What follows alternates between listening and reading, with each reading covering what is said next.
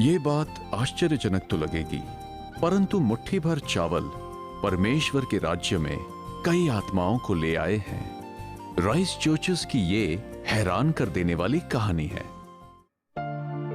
मिजोरम पूर्वी भारत की पहाड़ियों में बसा है। नदियों से अलग की गई ये पहाड़ियां इतनी ढलान वाली हैं कि उनमें कोई भी सीधी सड़क नहीं है। मीजो का अर्थ है पहाड़ी व्यक्ति या पहाड़ी वासी।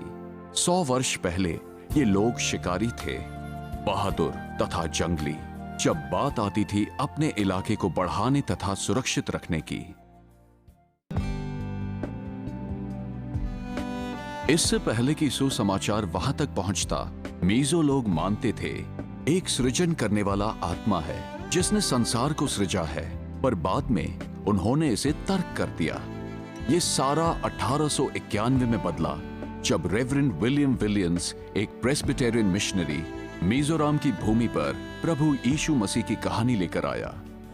आरंभ में आने वाले मिशनरियों की कुर्बानी और लगातार मिशनरी लोगों का आना एक बहुत ही बड़ी बेदारी लेकर आया मिजोरम के वासियों के बीच। सुसमाचार पहाड़ियों पर फैला, नदियों पर से गुजरा, मीजो लोगों के हृदयों को बदलते हुए।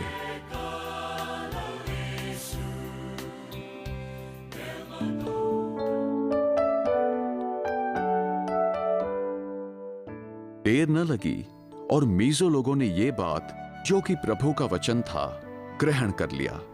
खेत बहुत पक्के हैं, परंतु मजदूर थोड़े हैं और वे राष्ट्रों के लिए एक ज्योति बनकर सामने आ गए। तो कैसे एक उत्तर पूर्वी भारत के छोटे से प्रदेश में बसी एक गरीब कलीसिया के लिए इतने सारे मिशनरी भेजना संभव हुआ और वे इतने दयालु कैसे बन पाए?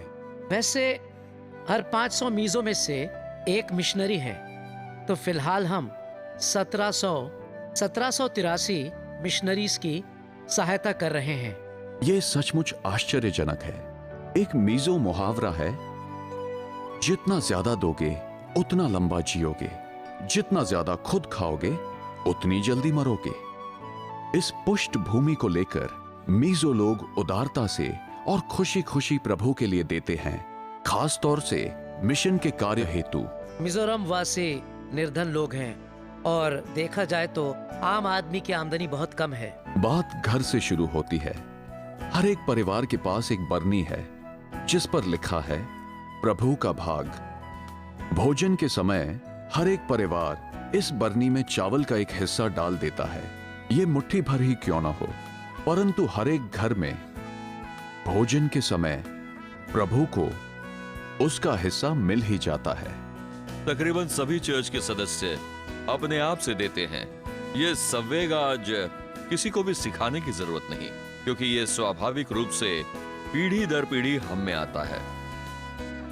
हर शनिवार की सुबह स्वयं सेवक हर एक परिवार से चावल जमा करते हैं और लिख लेते हैं कि हर एक परिवार ने कितना दिया। मीजो प्रेस्बिटेरियन चर्च से ही 50 लाख किलो चावल प्रतिवर्ष जमा किया जाता है। ये चावल पहले आने वाले ग्राहक को बेचा जाता है, जो स्थानीय निवासी होता है। दाम बाजार के आधे दाम पर निर्भर होते हैं, जिससे लोगों का भला होता है। जो पैसे इस चावल की बिक्री से जमा होते हैं, वे स्थानीय निवास कलीसिया को दे दिए जाते हैं, जो कि बाद में सिनोड को दे देते हैं। ऐसे कितने ही तरीके हैं जिसके द्वारा लोग अपना दान अर्पण कलीसिया को देते हैं। केवल रविवार के दान से हटकर अपने महीने महीने के दान भी। हमारी एक खास योजना है जिसे मुट्ठी भर या हाथ भर चावल कहा जाता है, दान के रूप में। सब मिलाकर 17 करोड़ 8 लाख और 52,000 रुपए मिशन के कार्य हेतु जमा किए गए, बिना विदेशी सहायता के। जमा किए गए पैसों का क्या होता है? 2008 में 17,063 मिशनरी में से एक को सहायता दी गई। साथ में प्रति महीने 8,000 रुपए भी मीजो प्रेस्बिटेरियन चर्च की ओर से। ये एक इच्छा पूर्ति है और साथ में वचनबद्धता जो हम में है। अगर वाकई में हम परमेश्वर को कुछ देना चाहते हैं, जब तक कि हम जीवित हैं, जब तक कि हम खाते पीते हैं, तब तक हमें प्रभु को कुछ देते रहना है। एक क्या ही देने वाला तथा बांटने वाला दिल है। पैट्रिक जॉनस्टन जो आधुनिक मिशन के कमेंटेटर हैं, ये लिखते हैं, प्रभु की स्तुति हो इस चरित्र बल मिशन की गतिविधि हेतु जो कि विकसित हुआ है मिजोरम में। ऐसा संसार का कोई भी राष्ट्र इतने बड़े अंश में अपने लोगों को मिशनरी बनाकर आज तक नहीं भेज पाया। Aizawl theological college Mizoram Presbyterian church synod का एक प्रोग्राम है और पिछले 100 वर्षों के दौरान इसी कॉलेज ने चर्च तथा समाज की सेवा हेतु पासबानों तथा मिशनरीज को तैयार किया है। जैसे जैसे मिशनरीज तथा मिशन की भूमि क्षेत्र बढ़ रहे हैं, मिशन के कार्य बढ़ने के कारण देने के कार्य और भी बढ़ते जा रहे हैं। मीजो की सभ्यता ने मसीह को अपनाने से पहले लोगों को त्याग द्वारा देना सिखाया है। इस मिशन के कार्य के लिए जो दान हम चर्च को देते हैं, जो 4 या 5 वर्ष के आयु से ही होता है, तो मुझे लगता है कि ये तरीका हमारे अंदर रस बस सा गया है और हमारे भीतर बो दिया गया है और अब काम भी करने लगा है कलीसिया के लिए और परमेश्वर की महिमा के लिए। मीजो प्रेस्बिटेरियन चर्च केवल मिशनरी जनों की सहायता ही नहीं करता, परंतु अस्पताल, औषधालय, दवा पुनर्वास केंद्र, school, vocational training centres, printing press अथवा पुस्तकालय चलाते हैं।